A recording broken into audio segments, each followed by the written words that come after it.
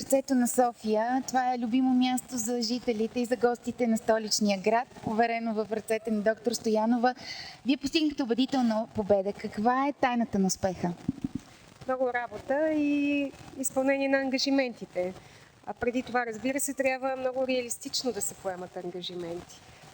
Това, което чухме в кампанията от страна на много от кандидатите, бяха много смели обещания, които обаче не бяха подплатени с реални възможности и мисля, че хората разбират това.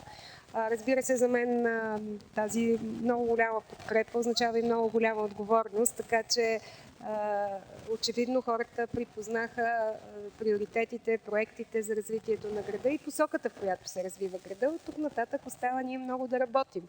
За целта обаче имаме нужда от силния екип, с който бяхме досега.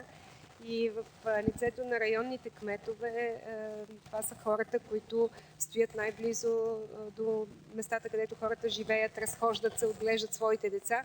И затова за мен е важно тази неделя хората да знаят, че продължават изборите. В 16 района има балотаж и е добре да подкрепят своите кметове, на които имат доверие. В лицето на госпожа Стоянова в район Средец имат един човек, който наистина более за района, непрекъснато настоява за решаването на проблеми. От дълги години тук не бяха правени детски градини, ремонти.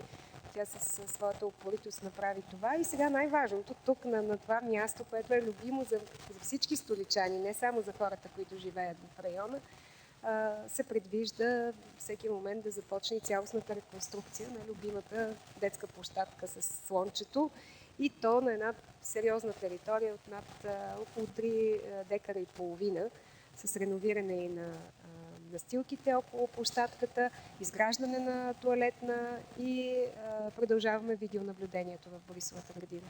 Тоест видимите резултати са на лице, трябва да подкрепим професионализма, ако правилно ви разбирам. Точно така, за да продължим с видимите резултати. Не само да стоим с това, което сме постигнали до сега, а да продължим с проектите си. Имаме нужда от хора като Виржиния Стоянова и колегите от другите 15 района. Благодаря ви. Успех на изборите и на вас.